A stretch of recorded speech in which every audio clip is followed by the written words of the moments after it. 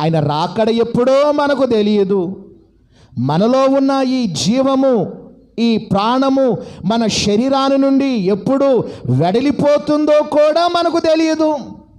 కనుక ఆయన రాకడ రాకముందే, మన పోకడ పోకముందే ఈ భూలోకాన్ని విడిచిపెట్టి మనం ఏం చేయాలంటే అండి, విశ్వాసులుగా ఉన్న మనము మొట్టమొదటిగా సంఘములో జరుగుచున్న ప్రతి ఆరాధనకు క్రమముగా హాజరు కావాలి మొట్టమొదటిగా.